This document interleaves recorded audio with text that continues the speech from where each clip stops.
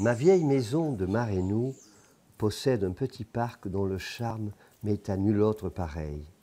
Un vrai vieux parc avec du lierre et des grands arbres. Le temps et la mémoire familiale lui ont donné la stature d'un mythe.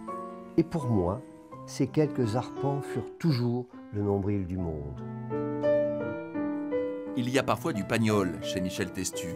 Son domaine de Marénou, un château de ma mère version périgourdine que l'écrivain met en scène dans de nombreux ouvrages. C'est ici que le bonheur se passe.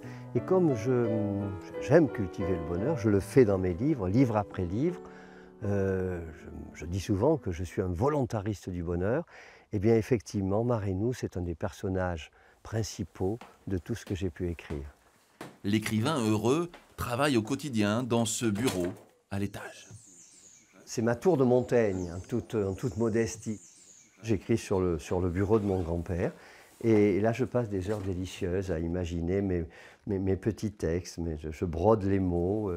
La recette Testu, des textes emplis d'une nostalgie heureuse, la joie de vivre des instants de bonheur à 4 sous qui valent de l'or, une chasse aux champignons, la découverte d'un vieux village ou un repas à l'ancienne.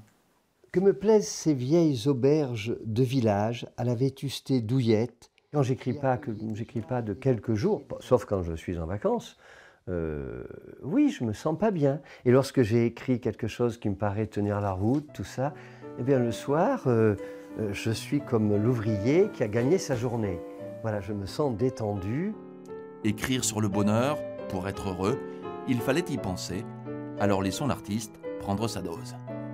J'ai la nostalgie des repas autour desquels chacun se servait et mangeait respectueusement, où tout le monde se régalait, où tout le monde se réconciliait devant des soupières débordantes de tendresse en partageant l'allégeance à une même gourmandise.